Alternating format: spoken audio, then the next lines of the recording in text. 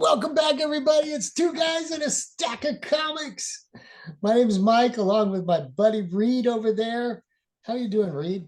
I'm doing good, man. We're here talking about a great comic book, so it's always good when we get a chance to do that. I know tonight Conan 10 got released this week, and we're gonna talk about Conan number 10. I got the Yeah, you got the Virgin Virgin cover. cover there. I kind of got the standard one here, but Look at the great artwork on that, baby. Oh my gosh, that's awesome, right? I think it's Alan Hua who did the cover there. No, really cool cover. Again, one of the cool things about Titan, you get some other great covers with this. So I know Della Torre, the main artist. I know David Aja also from the Hawkeye run did a cover as well. So really cool. Again, one of the cool things Titan does, a lot of these cool covers, very different flavors, very different styles behind them. Really appreciate that. You and I refer to this as the best comic that we get to read.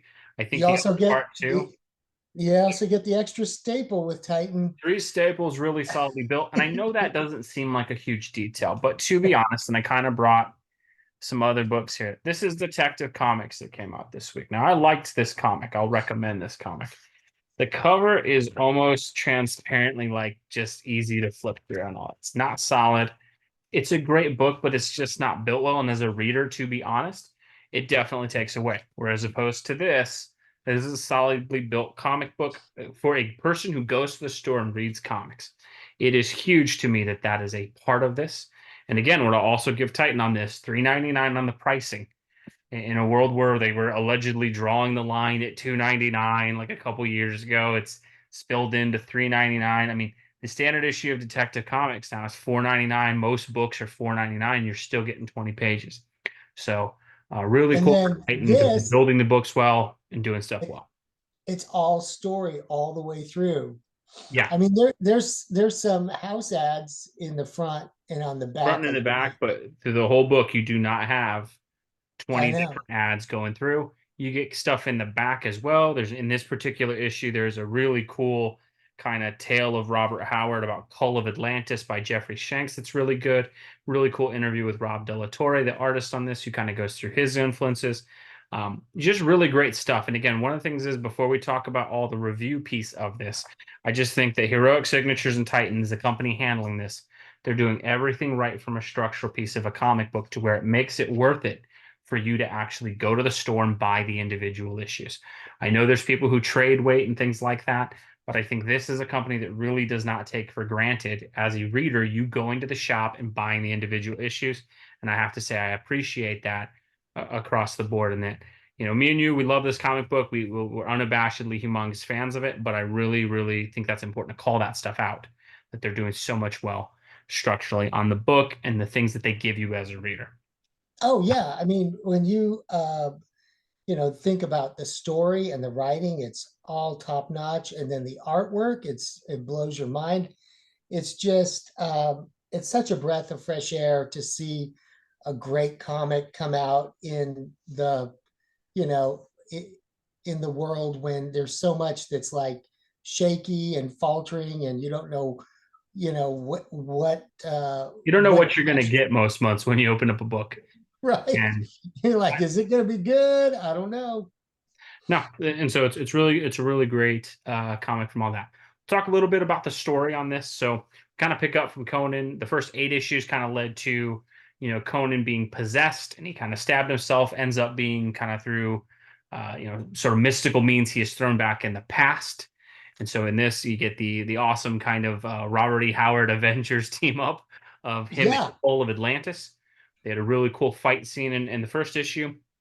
At the end of that issue, Conan and the Spear Slayer are both put in prison essentially, and then we kind of see Cole in this issue sort of wakes up a bit, kind of realizes he's been inflicted with some sort of madness through nightmares and things that he's having. It's not fully explained what's happening with Cole, but you kind of get there's some things happening that are But he shakes causing it him to off ask. He enough to shakes it off. realize that his best buddy Brule, along with whoever he brought along with him, he are about to be executed.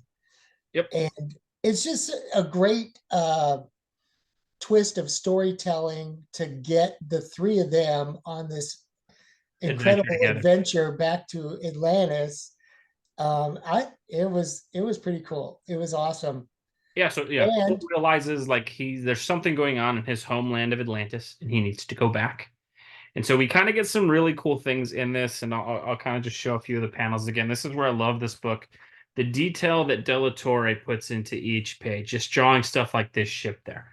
I It's know. so detailed, it's so textured, you can kind of see it. Everything in there has just some definition to it. And I think that's one of the things that stands out so much, even just those stuff like, you got Cole walking through a palace.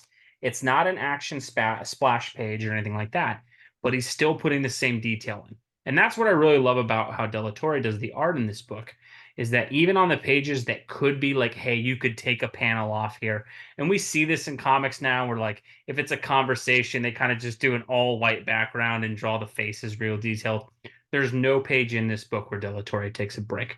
Whether it's No. a conversation or some sort of awesome action sequence, he puts the same amount of detail and effort into all of that. And as a reader, to give that to where I go to the store and I buy a book, it's really, really cool to get that because you can tell they're not taking for granted the readers that they have. And for Jim Zub, like if you're a Conan fan, what's going to take a Conan adventure to the next level? You're going to put Conan on a ship and Yeah, put him no, at you get sea. them. You Yeah, put them at sea, kind of going with the whole pirate vibe of it. A huge part of Conan's story. right, right. Always that. I love that there's also call outs of that, of him kind of recalling like, "Nah, I've done this before and how much Billy it meant to him and things like that. And I Yeah, think it gives one of the things that I like about Conan and the way that they're writing him is I think sometimes there's this tendency to make Conan this kind of emotionless savage who just doesn't care about anything. And I love the way that Jim Zub doesn't make him weak. He doesn't make him where he's just absolutely distraught over things, but you can tell there is a soul, there is a heart to this man. He's got his mental fortitude and his things that carry him through, but there are scars he's accumulated along the way. And that's one of the things I love is that it really makes Conan a full character instead of just this, hey, he's a savage who smashes things. You can tell this is an actual character who's got some backstory, who's got some baggage. He will always move forward. He will always survive. He will always win. But it doesn't mean there hasn't been some losses along the way. So yeah, you put him at sea. He's kind of working with his crew. Of course, in typical Conan fashion, there's a good-looking female archer on there who happens to get on with Conan just quite well because happens to be there. why wouldn't there be? And again, it's one of those touches that's absolutely what would happen in a Robert E. Howard book. And I love Yep, Jim Zub and those folks for putting that in there because again, it's something where what I have to appreciate about what Titan does is they're not trying to change Conan. This is not a right. sanitized version. This is, hey, these tales could fit right in with what Howard did. And I love the fact that it's more worried about taking care of Conan fans than it is about like let's try to get people who don't like Conan. Instead, they're talking about hey, let's make sure the people who love this character are taken care of. So overall, kind of have this journey to Atlantis. There's some different things that happen along the way. Obviously, there's some really cool Pirates. action scenes where they're attacked at sea. You get some Yep. great De La Torre art in there Isn't that cool? showcasing the fight scene. And again, one of the things I love about these books is all of these characters get really cool moments, right? Cole being in the book, he gets some cool moments. You see some self realization from him. You see him being a leader and being someone that Conan is willing to follow because he recognizes the strengths of him. The female archer that's in the book, she's not just in there to be like the eye candy. She actually is useful in fights and gets Yeah. some cool scenes where she uses her archery skills and impresses Conan. And I thought just for a couple pages where they build that kind of attraction between the two, it was really cool to see them actually build and like she's not just here to be here. She actually Yeah. has a role within this crew.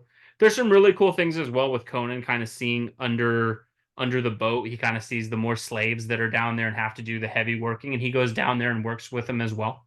And again, I just think there's so many cool call outs and character moments that if you really And look we at the story in its totality stand out. okay, and we haven't even got to the end yet. Mhm. But just for those of you watching, think of how much story has been told. I Yeah. mean, I don't know how many pages this is, but I mean, it's a good chunk of a story. Like you're getting a lot for your money. Yeah, And I think one of the things is that it I didn't love about these skip. Conan books, it takes about, it takes a good 10 minutes to read the book if you really take in the full story and think about it and you're not just Take a flipping. minute to gaze at some of the beautiful panels and the artwork. And I think what's really cool with that is I think there's a tendency with modern comic books sometimes to think that wordy equals entertaining. And what I like about this is that the script that Jim Zub's writing for this, it is very detailed. It gives you a lot of thoughts. It gives you some of Conan's internal thoughts. It gives you some good dialogue from the characters, but all of it feels intentional. None of it feels like we wasted a panel. And yet there's Right. so much story within the pages, even though you're getting so much material. And that's the really cool thing in that, like, I want to say Marvel does this a little bit on some of their comic books, and it may not be for everybody. There's comics where it's just like, hey, we're just going to throw a ton of dialogue on the page, and it confuses the idea with there's a lot of words with it's a good story. What I like about this is that it is very detailed, but it is also very efficient. It gives you what you're wanting. It moves the story forward. It never meanders where it doesn't need to, and kind of carries through. And I just really appreciate that out of the book every time I read it. We kind of arrive at the end. They arrive at Atlantis, and we kind of see that what was there before has kind of, I been mean, devastated. It's empty, and obviously we'll have to figure out what caused that and what's been causing Cole to be distressed and what's led us on this kind of entire there's a mystery as we giant go hole in the forward. ground. Like, what's Yeah. Cole gonna do now? And he's taking this crew to the ends of the earth to find this. And so it really, it was really cool. Their whole trek through Atlantis. They drove to the heart of the island. And anyway, I kept thinking, compared to other comics that I've read, this last year or so, how some of them seem very thin and you only get a fraction of the story, whereas this one is more full and encompassing, and it's more of a satisfying read. And that's attributed to the The entire artistic creative team and behind it. yeah, they just really put their heart and soul into it, and Titan for giving them the page length and the bandwidth to tell a full and satisfying chunk of the story, which is Mhm. what comic books are. It's like one chunk at a time, but you get a lot, and you can't wait for the next month to see what happens. No, I think it's one of the things you and I love these facsimile issues and things that come out. And one of the things I notice is because I typically buy whatever facsimiles come out along with new comics. And I always notice, and I just read the facsimiles like it's a new issue when I get them. And I always notice it takes me so long to read the facsimile issues because there's so much content in there and compared to the newer issues. And again, this is not to dunk on other new issues and things. I think there's still a lot of really good comics coming out, but I really appreciate when you have a company that really appreciates you as a reader, makes it worth your time, makes it worth your investment, makes that drive down to the comic store, the $3.99 that you're spending for the book, all of that. And especially like in today's economy with everything that's going on, comic books are a luxury purchase, to be honest. To find a book that doesn't take you for granted, I think is really, really cool. I love it. All just the other stuff that you get in the back. I thought really cool thing about Cole this week that I really enjoyed as a fan of Cole. Cool interviews, and I love that you get to see the other covers that came out with it as well. I just think there's a lot of great things the comic does. It continues. It continues to be the best book every month that I read. It goes to the top of the pile. I think there were two Batman books that came out this week, and I read Conan before, which is crazy, and Wait a I second. Wait a typically would second. not do that. So you got two Batman comics and Conan the same week, and you read Conan I read first? Conan. It's the first book that I read, and that I know it's going to be worth my time.